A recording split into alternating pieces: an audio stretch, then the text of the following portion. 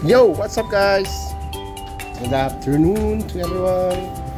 It's another day and of course it's another afternoon.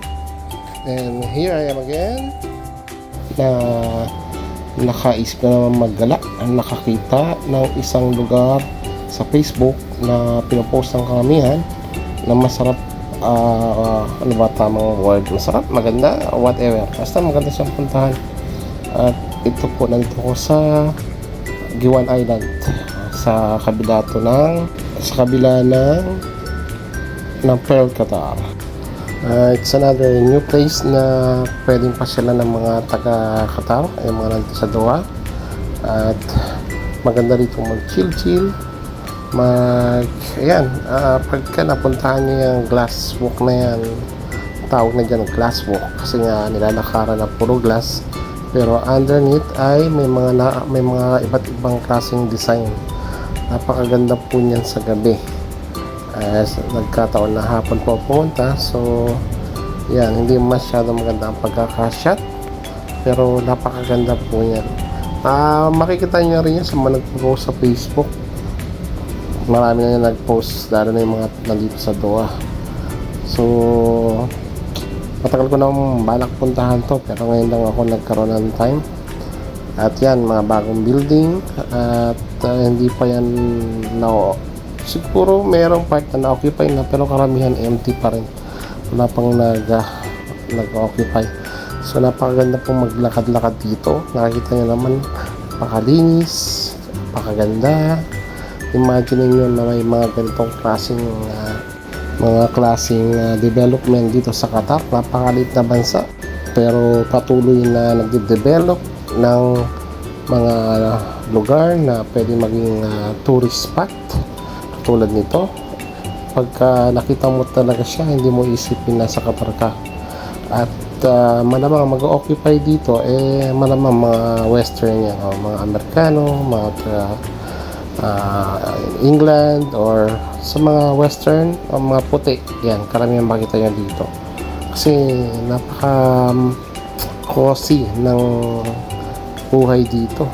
Sigurado bawat unit ang tingin ko ang cost range nagkakahalaga ng mga 10,000 to 30,000 base sa or depende sa location at saka sa kung ilang bedroom. Kasi itong area na to sa Giwan Island, katabi lang ng Pearl Qatar, so expect mo na mahal ang cost of living sa lugar na to.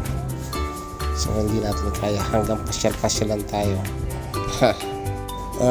But anyway, ang mahalaga libre mamasyal dito, libre maglakad-lakad, walang mga restriction, walang mga nagbabawal, basta huwag ka lang tatalon dyan sa dagat at bawal talaga maligo dyan.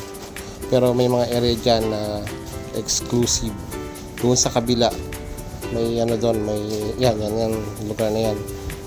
May swimming area dyan, pero para yata sa Hilton Hotel.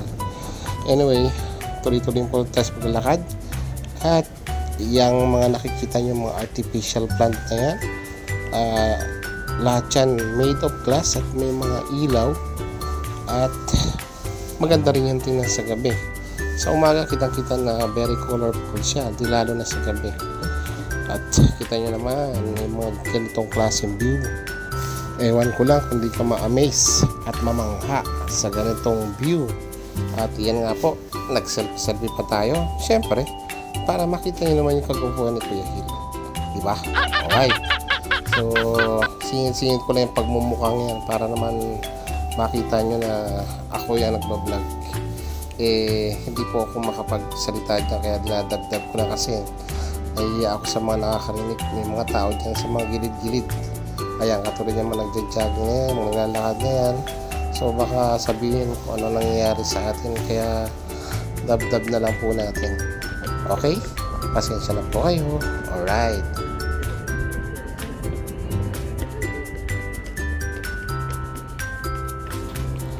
At madagdag lang po, yan nakikita nyo, yan na po ang Qanat Cartier. Located din po yan sa Pearl of Qatar. At ang concept po niyang design ng building na yun ay parang yun sa Venice.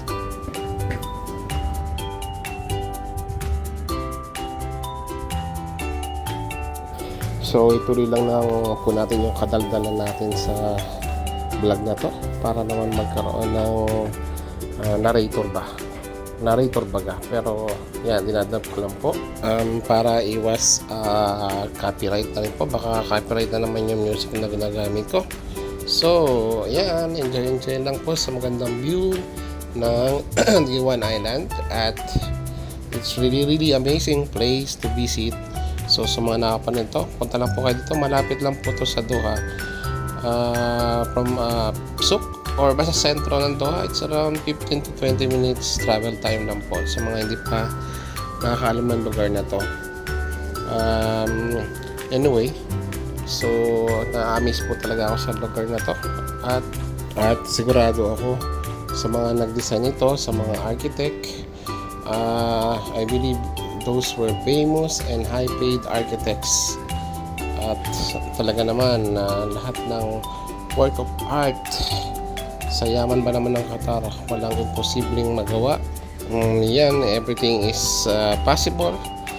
At syempre, kahit sino naman sigurong bansa, basta marami silang budget, kahit maliit lang yung, kumbaga maliit na bansa ang Qatar, kaya kayang-kaya nilang pagandahin. At syempre budgetan dahil nga kumbaga yung wealth ng Qatar versus ng population ng mga Qatari, sobra ang yaman nila. So ini-invest na lang nila sa kanilang bansa yung mga pera nila para mapaganda. At maging imagine niyo na kapag host sila ng 2022 FIFA World Cup, sa rin po naman ng bansa ng Qatar ay halos kasing laki lang siya ng Quezon City.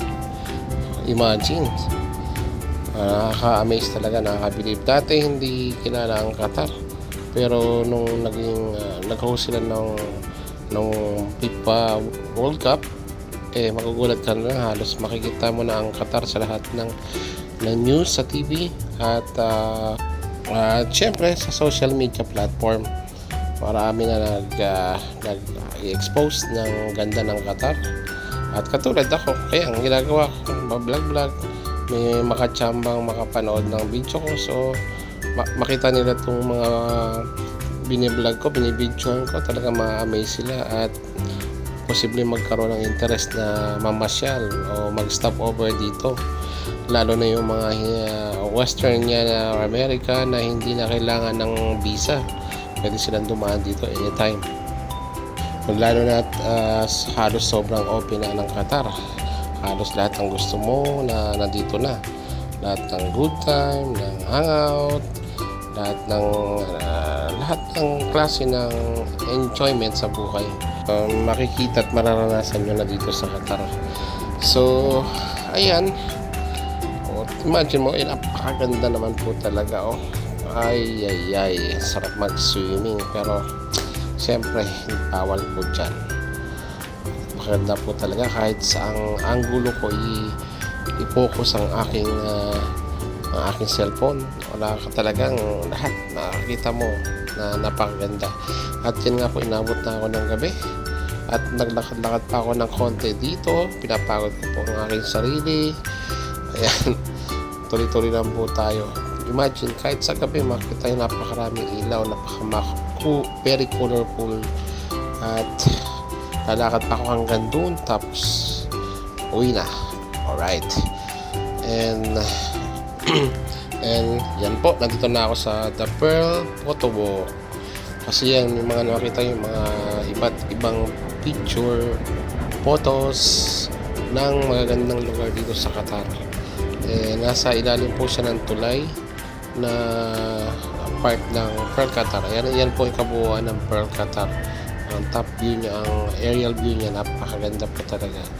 So hindi ko na siya makuha ng lahat kasi medyo hinihingal na po tayo. hinihingal kahit sa pagdadap. Kaya paano pa po yung paglalakad na ginawa ko. So, kasi napapalayo na po ako sa sasakyan ko. So, kung hanggang saan lang yung video na yan, hanggang doon na lang po tayo. So, ayan. Kabalik na tayo ng konti. Palapit na ako doon sa parkingan ko. Konting video pa. At kita nyo naman. Talaga naman na pong napakaganda. So, yun. Thank you po sa mga nanood ha. Huwag niyong kalimutan na na manood ulit ng mga next video ko po. Hanggang sa muli. This is your Kuya Hill. Sa mga hindi po naka-subscribe, huwag niyo pong kalimutang mag-subscribe, mag-like ng bell, at hit nyo na rin yung notification bell para updated pa po kayo sa mga susunod ko po pong video. Alright.